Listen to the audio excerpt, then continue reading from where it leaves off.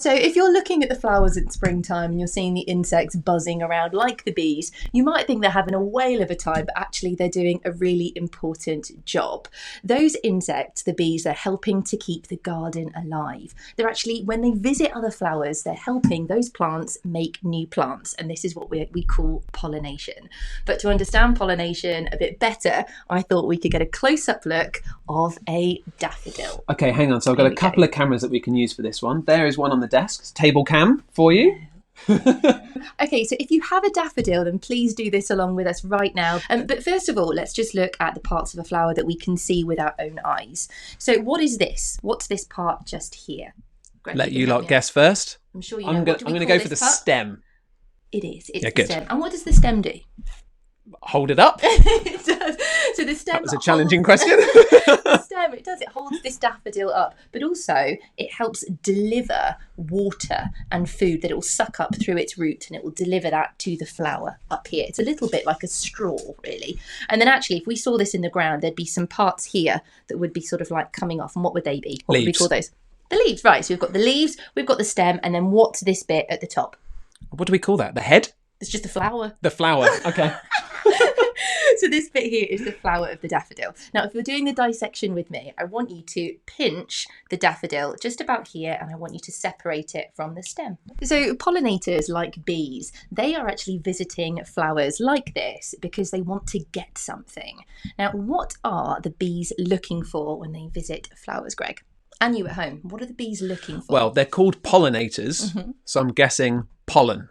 Now, that's really interesting because sometimes they might be looking for pollen, but actually most of the time they're looking for something else. It's a sugary liquid that they like to eat. Oh, hang on. Yeah. Nectar. Yes, absolutely. Nectar. So nectar is the sugary liquid that you would find inside the flower. So the bee wants to get to the nectar, but the flower wants the bee to visit because the flower wants to be pollinated. But to find out how that happens, we need to look at the inside of the daffodil. So Greg, could you please pass me my microscope?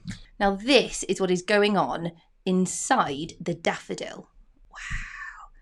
Here we go. Can we focus it? We can absolutely focus it. This is really... Oh, it's a bug! What? It's a bug! Is there? It's a bug! Oh my goodness me. Really difficult for me to get to this. Come on. It's a bug! Hey, buddy! So I think that's actually a type of flower beetle. So it's not just bees that pollinate flowers. Beetles pollinate as well. And that is a little flower beetle that's clearly made its home in there. Shall we switch? The other one. Yeah, shall we switch to this one, and we can take that one back outside, and then we can put the flower beetle back outside again later. All right, then. That's so I'm fair, going to take the head of another flower, and we are going to look inside this one instead. Yeah. Nice. Here we go. So you can see it. So in the middle of the flower, there's like a big longer stick in the middle, isn't there? And then it's surrounded by these other sort of like little dangly bits. Now those are called filaments, and on top of the filaments there are fluffy pads called anthers. But to see those closer, we're actually going to peel back the petals. Now, before I take these petals off, Greg, what do you think they're doing? What do you think these bright colour petals are saying to the pollinator? I think they're basically saying, hey, I'm over here. Yeah, they are. They're like, hey, I'm here. Come and get some nice juicy nectar. Yeah, absolutely. It's a bright colour that's going to attract the bees, and it says, come and get me. I am full of tasty nectar. So if you're joining along, I am now just going to peel back these petals. Oh, so you're doing both layers essentially. Yeah, I am very carefully taking back both layers because actually the petals in the middle, they're sort of a trumpet shape and they work a little bit like a tunnel. They're sort of guiding the bee where to go. Here we are. So now when you go back I can get to a better microscope. Look. Here we are, back to microscope. So now we can get a better look at these parts here. Look at this.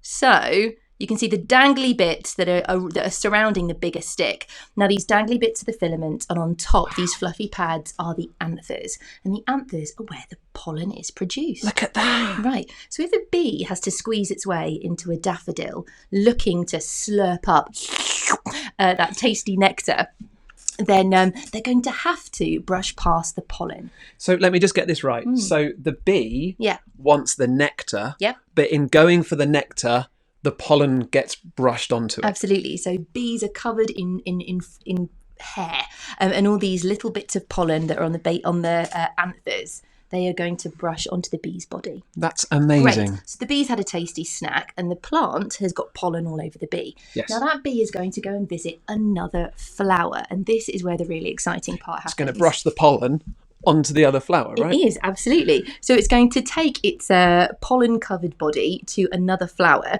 and this time, when it goes searching for nectar, that sugary syrup, let's go back to the microscope. There you go. We have got this part here. So this is the bit that's at the top of the longest stick in the middle, and we call this the stigma. Can you see that? Yeah. So the stigma is on top of this longer stick that we call a style. Wow. Now, in fact, maybe if I do this, I can show you the top of it. Let's have a look. There you go. Oh, cool. So can you see the shape of it? Yeah. There you go. It's like in 3 little parts. It is, yeah. A bit shaky. So when a bit of pollen brushes on the stigma just there, the pollen will then travel from the stigma all the way down the style, and then it will go to this bulge just here that's at the bottom of the flower part. So you can see there's almost like a bulge. You see that there? Yep. Now we're going to look inside the bulge to find out where the pollen that's come off the bee will travel to.